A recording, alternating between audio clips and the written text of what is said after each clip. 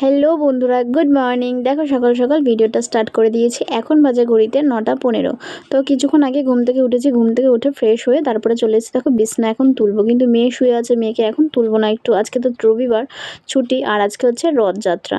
তো একটু মেয়ে ঘুমিয়ে নিক, তারপরে মেয়ে একা একাই উঠে যাবে। আমি উঠে গেছে, বাবা উঠে গেছে, সবাই উঠে গেছে, ও উঠে যাবে একটু পরে। তো ওকে এরকমভাবে ঘুমিয়ে রয়েছে, ঘুমিয়ে থাক, অসুবিধা নেই। উনি তো মাথায় বালিশ নেই, তার মধ্যে আমি বিছনাটা তুলে নিই। তো বিছনাটা দেখো বলতে বলতে বিছানাটা তোলাও হয়ে গেছে, আমার একটা কাজ কমপ্লিট হয়ে গেছে। তোমাদের দেখিয়ে দেবো। দেখো আমার বিছানাটা তোলা হয়ে গেছে, আর ওর মতনই শুয়ে আছে। তারপরে চলে যাব শাশুড়ি ঘরে, শাশুড়ি ঘরে একটু ঠিকঠাক করে নেবো বিছানাটা, তারপরে কাজে লেগে পড়বো। তো ফ্রিজ থেকে আগে মানে ভাত ছিল ফ্রিজে, তো সেই ফ্রিজ থেকে ভাতটা নামিয়ে রেখে দেবো, বার করে ঠান্ডাটা কাটবে। তো তারপরে কি বলতো, আমার বরমশাই আবার মানে এসে যাবে, কাজে যাবে, তো পান্তা ভাত খেয়েই কাজে যাবে। এদিকে দেখো এই ঘরের বিছানাটা তুলে নেবো, মানে এটা হচ্ছে ভাসুরের ঘরে বিছনা। তো দিদিভাই নেই, বাপের বাড়ি গেছে, তো এই ঘরের বিছানাটা একটু তুলে নেবো, তুলে নিই, একটু সুন্দর করে গুছিয়ে রাখবো। তো তারপরে যে সমস্ত কাজ আছে সেইগুলো কমপ্লিট করব। বরমশাই গেছে ওদিকে বাজারে, আজকে রবিবার মাংস আনতে বারণ করেছে, আজকে মাছ আনতে বলেছি। তো দেখো এদিকে আমি ঘর মুছতে চলে এসেছি, এখন ঘর মুছে নেব। তারপরে বরমশাই ঘর মুছতে মুছতে দেখি চলেও এসছে। এদিকে সবজি এনেছে, মাছ এনেছে, সেগুলো আবার ভালো করে গুছিয়ে রাখবো। আর মাছটাকে ওদিকে ভালো করে ধুয়ে কেটে এনেছিল, ভালো করে ধুয়ে নুন হলুদ মাখিয়ে রেখে দেবো। তারপরে বরমশাই তাড়া দিচ্ছে, কাজে বেরাবে। এদিকে পান্তা ভাতটা একটু ভালো করে পেঁয়াজ দিইনি, এমনি তাছাড়া এই লঙ্কা তেল তারপরে চানাচুর দিয়ে মেখে দিয়েছি, খেয়ে নিয়েছি। ও এটা ভালো খায়, ওর ফেভারিট আর কি পান্তা ভাত। তো দেখো ওকে রেডি করে দিয়েছি, মানে খেয়ে দিয়ে ও চলেও যাচ্ছে। তো তারপরে এবার আমি রান্না শুরু করব। তো রান্না আজকে কী করবো বলো তো, অনেক দিন হয়ে গেছিলো এই কাঁঠালের দানাগুলো দেখো পচে পচে যাচ্ছিলো, সেগুলোকেই আজকে ভালো করে ধুয়ে এগুলোকে আজকে রান্না করে খেয়ে নেবো। তো পচে যাওয়া জিনিস খেয়ে নিচ্ছি, কি বলো তো, দিন এলো। তো পচে না, মানে ওটা একটু নরম নরম হয়ে গেছিলো, কিন্তু ওটা ঠিকঠাক করে রান্না করেছি, একদম খেতে দারুণ হয়েছিল টেস্ট। আর বাটাবুটি তো ভালোই লাগে খেতে আর কি, সবার কাছেই মানে ভালো লাগে। তো বেগুন একটু কুটি কুটি মানে গুটি গুটি করে ভাজা করেছিলাম, এটা আমার শ্বশুরমশাই খুব ভালো খায়। এদিকে বাটা, আর এদিকে দেখো কাতলা মাছ এনেছিল, সেই কাতলা মাছের ঝোল করেছিলাম, সরি ঝাল না, ঝোল করেছিলাম। তো রান্নাঘরটাও পরিষ্কার করে নিয়েছি, বাসন টাসন সব মেজে উপর করে রেখে দিয়েছি। আবার বাবু আর আমি খেতে বসে পড়েছি, শাশুড়ি মা বাড়িতে নেই, আর অন্য আমাদের পাশের বাড়ি কাকির ঘরে খাচ্ছিল। তো ওই জন্য ওকে বাদ দিয়ে আমি আর শ্বশুরমশাই খেয়ে নিচ্ছি। তো খাওয়া দাওয়ার পরে একটু এক জায়গায় বেরোবো, তো সেই জন্য আমার বড় ভাগনা আর কি, বড় ননদের ছেলে, সেও আসবে, তা সে আমার সাথে যাবে।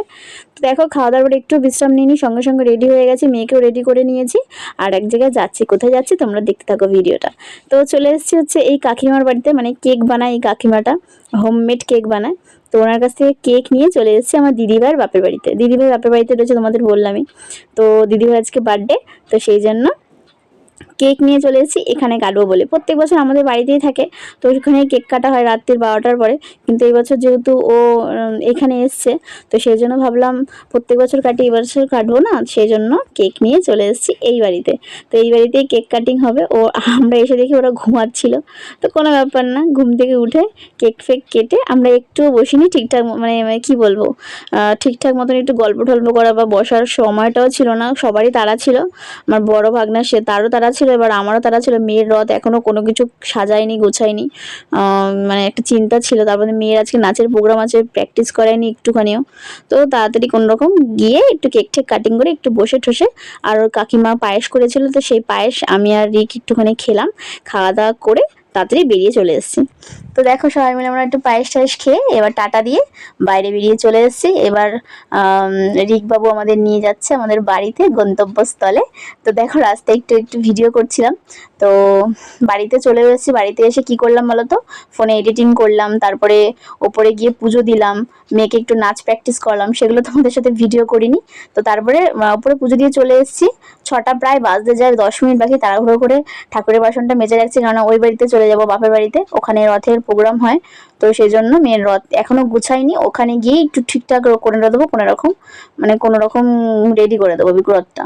তো সান্ত্বনা পুরস্কার তো পাবে, এরকম আর কি টেন্ডেন্সি নিয়েছি। তো রেডি হয়ে গেছি কোনোরকম, আর মেয়েকেও কোনোরকম একটা জামা আর একটা স্কার্ট পরিয়ে নিয়ে চলে এসেছি, কারণ এখানে নাচের জন্য রেডি করাতে হবে, সব জিনিসপত্র গুছিয়ে গেছি, ব্যাগে করে নিয়ে চলে এসেছি। আর দেখো এখানে প্রচুর ভিড়, আর প্রচুর একটা বড় মেলা বসে না, কিন্তু রথের একদম বড় করে প্রোগ্রাম হয়। তো এখানে রথ নিয়ে আসার পরে তো অনেকক্ষণ আমার মেয়ে আর আমি সবাই মিলে দাঁড়িয়ে আছি, মানে দাঁড়িয়েছিলাম।